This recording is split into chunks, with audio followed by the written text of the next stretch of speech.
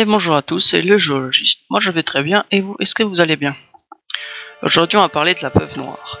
Précisément de la veuve noire d'Amérique du Nord, puisqu'il existe d'autres espèces de veuves noires. Donc la veuve noire d'Amérique du Nord, son nom scientifique c'est Latrodectus mactans. Elle vit aux États-Unis, au Mexique, et elle a été introduite à Hawaï et au Cuba. Je sais pas. La femelle mesure 15 mm et le mâle 7 à 9 mm. Les femelles sont beaucoup plus grosses que les mâles. Et d'ailleurs elles vivent plus longtemps étant donné qu'un mâle vit 5 ans et une femelle plus longtemps. On peut très facilement reconnaître une veuve noire parce qu'elle a son corps tout noir, mais sur son abdomen elle a un sablier rouge. Ce sablier sert à avertir les prédateurs qu'il ne faut pas la manger et qu'elle est toxique.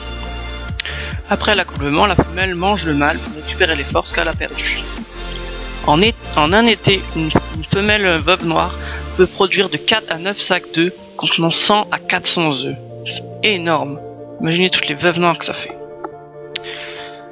Et maintenant, on va parler de son venin. Il est très dangereux. C'est un venin d'ailleurs fait de problèmes neurotoxiques. Mais il n'est pas mortel. Il est 15 fois plus puissant que celui du serpent à sonnette, mais il n'est pas mortel.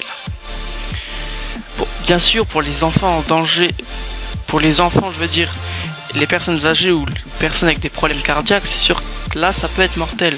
Mais pour les personnes normales, ça leur fait rien. Par exemple, en 2003, il y a eu 2720 morsures, mais aucune mort. Le traitement est basé sur l'injection de la glucotonate de calcium 4 et d'un sérum anti-lactrodecte. En 1933, le professeur Alan Blair se laisse mordre par une veuve noire pour prouver qu'elle n'est pas dangereuse pour l'homme. Il souffrit pendant 3 jours, mais il survécut, et du coup il prouva à la communauté que la veuve noire n'était pas dangereuse pour l'homme. Et d'ailleurs c'est toujours le cas, heureusement d'ailleurs. Bon, bah c'est ce qui conclut cette vidéo.